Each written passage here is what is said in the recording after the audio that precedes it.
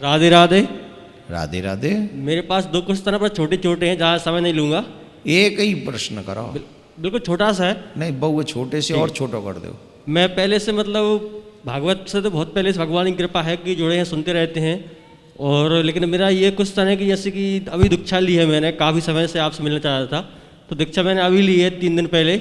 तो मैं ये चाहता हूँ जैसे कि अभी आपने बोला था कि आप हनुमान चालीसा का पाठ करना चाहिए, और कथा में भी आपने बोला कि शंकर जी को जल भी चढ़ाना चाहिए, और लेकिन मतलब कृष्ण भगवान को भी मानना चाहिए। मतलब फिर पूजा करें तो मतलब किन की करना चाहिए हम, मतलब रियल में, मतलब ऐसा कि कृष्ण भगवान का भी शंकर जी का भी, मतलब ऐसा कंफ्यूज हूँ थोड़ा सा। मतलब मैं फिर ओ माय गॉड, मतलब कृष्ण भगवान को दिल से मानता हूँ बहुत पहले से मैं, पर मैं पूजा कैसे आप हनुमान चालीसा करेंगे, रामायण जी भी पढ़ेंगे, भागवत जी भी अच्छा, पढ़ेंगे, मतलब ऐसा मतलब फिर बहुत फ्रस्ट्रेशन में आ गए हो आप पूजा कर करके। नहीं, नहीं फर्स्ट ऐसा कुछ नहीं है, पर मैं दिल से तो ठाकुर जी मेरे बहुत पहले से, मतलब 8-10 साल पहले से जाता हूँ, वृंदावन भी जाता हूँ, 84 अच्छा, को सुनो। परिक्रमा भी की है 2-3 बार। अच्छा तो, एक मिनट रुको जी रुको, ब्रेक ले।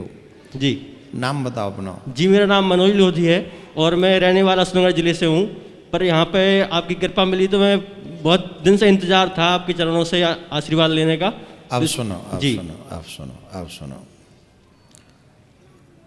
शिव पुराण कहेंगे तो हम तो कहेंगे कि शिव जी की पूजा करो,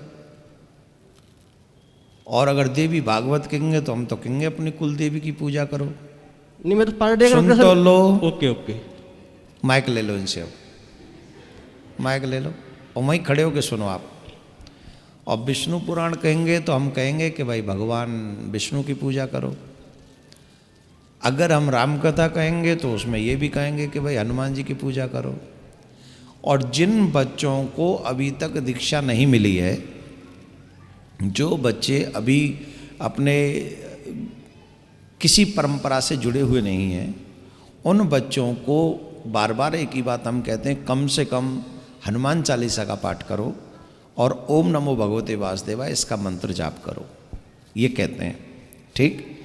अब आपके मन में संदेह उत्पन्न हो गया कि शिव जी को भी भजें, हनुमान जी को भी भजें, कृष्ण जी के दीवाने। तो जिन लोगों को हमने दीक्षा दी है या जिन लोगों ने दीक्षा ली है, राम जी का मंत्र लेने वालों के लिए राम, कृष्ण जी का मंत्र लेने वालों के लिए कृष्ण, नारायण का मंत्र लेने वालों के लिए नारायण ही सर्वोपरि हैं, और उन्हीं में अधिक समय उनको लगाना चाहिए। अगर तुम हमारे शिष्य, अब तो हो ही, अगर मगर की जगह नहीं बची, तो अगर फिर अगर शिष्य हो, दीक्षा ले चुके हो, तो दीक्षा ले चुके हो तो अब तो तुम्हारे पास कोई ऑप्शन नहीं है।